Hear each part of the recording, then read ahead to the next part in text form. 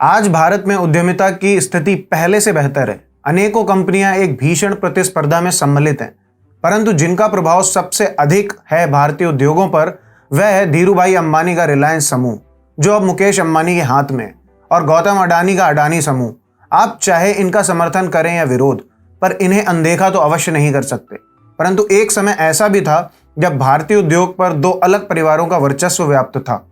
इन्हें बिरला और बजाज परिवार की तरह सरकार का संरक्षण प्राप्त नहीं था, परंतु इन दोनों ने एक समय भारतीय उद्योगों में धाक जमा रखी थी। ये कोई और नहीं, वाडिया और टाटा ग्रुप हैं।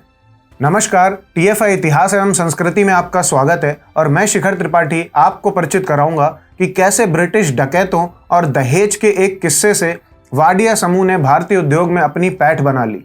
तो अविलंब आरंभ करते हैं। जब आप गो एयर के हवाई जहाज में चढ़ते हो तो एक अनोखा लोगो आपको प्रवेश द्वार पर मिलता होगा, कुछ ऐसा। कभी सोचा है ऐसा क्यों और किस लिए?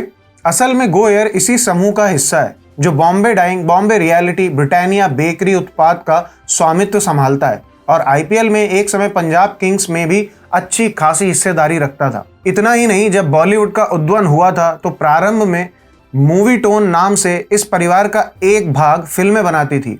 तो वाडिया समूह की स्थापना कैसे हुई, इसके पीछे की एक रोचक कथा है जिसका संबंध मध्यकालीन इतिहास, विशेषकर औरंगजेब के आगमन से संबंधित है। कहने को ब्रिटिश इतिहासकारों ने सदैव भारतीयों को असभ्य, दानव रूपी जैसा चित्रित करने का प्रयास किया है, परंतु अपने खुद के कुकर्मों को उन्होंने बड़ी सफलता से छुपाया है।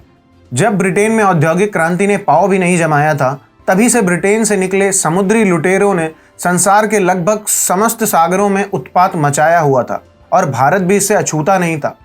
सितंबर 1695 को भारतीय समूह पर ब्रिटिश पायरेट्स ने धावा बोला, जो मक्का के लिए प्रस्थान कर रही थी। उसके बाद जो त्राहिमाम मचा उसका उल्लेख करना भी कठिन है, पर इतना स्पष्ट था कि लूटपाट, दुष्कर्म और हत्या के इस तांडव के बाद उन डकैतों के हाथ 6 लाख पाउंड का खजाना हाथ लगा, जिसमें औरंगजेब की पुत्रियों के आभूषण भी सम्मिलित थे। परंतु यह घटना अनदेखी नहीं गई। एक तो पहले ही मराठा योद्धाओं ने मुगल साम्राज्य की नाक में दम कर दिया था, ऊपर से इस डकैती ने औरंगजेब को अंदर तक झंझोर दिया था और उसने सूरत तक की घेराबंदी कर दी, जो उस समय ब्रिटिश ईस्ट इंडिया कंपनी का बेस हुआ करता था। भयभीत होकर अंग्रेजों ने हेनरी एवरी के विरुद्ध एक तलाशी अभियान प्रारंभ किया, परंतु इसमें उन्हें आंशिक सफलता ही हाथ लगी, क्योंकि हेनरी को छोड़ बाकी अन्य पकड़े गए और हेनरी 1696 के बाद कहां चला गया किसी को पता नहीं लगा। नौकायान से निकला समूह का नाम जल्द ही अंग्रेजों को समझ में आने लगा और उनके लिए सूरत में बने रहना श्रेयस्कर नहीं था। यहां उन्हें न केवल मुगलों से अपितु मराठा योद्धाओं से भी खतरा महसूस होने लगा, जो हिंदवी स्वराज की तत्कालीन संरक्षक ताराबाई मोहिते के अंतर्गत रौद्र रूप धारण कर चुकी थी। ऐसे में इन्होंने एक ऐसे द्वीप को चुना जो 1534 में इन्हें एक प्रकार से दहेज में मिला था, और उस दहेज का नाम था बॉम्बे, जो आज मुंबई के नाम से विश्व प्रसिद्ध है। परंतु जब काशी एक दिन में नहीं बनी थी, तो सूरत से बॉम्बे ईस्ट इंडिया कंपनी का स्थानांतरण कैसे होता?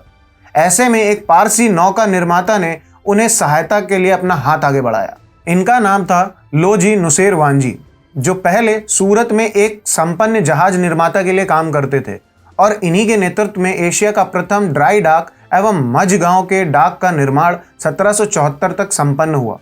अब लोजी नुसेर वांजी जैसे नाम के साथ काम करना तो लगभग असंभव था, तो उन्होंने एक नया नाम चुना जिससे उनका उद्योग और उनका परिवार जाना जाता।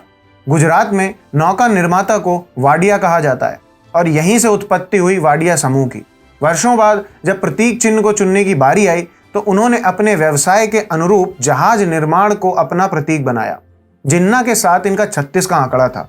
शीघ्र ही जहाज निर्माण से लेकर टेक्सटाइल व्यापार, बेकरी एवं क्रिकेट में वाडिया समूह ने अपनी धाक जमा ली।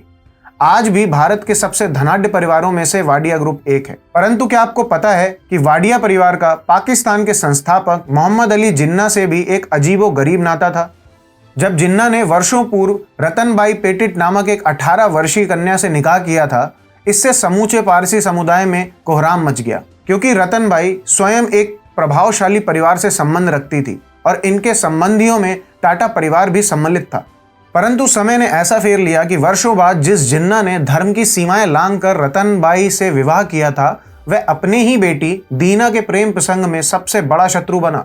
दीना ने अपनी मां की भांति विद्रोह करते हुए नेविल वाडिया से प्रेम विवाह किया, जिन्होंने आगे चलकर वाडिया ग्रुप की कमान संभाली। अब वो बात अलग है कि दोनों का विवाह बहुत सफल नहीं रहा, परंतु जिन्ना के साथ ये नाता सदैव के लिए जुड़ गया।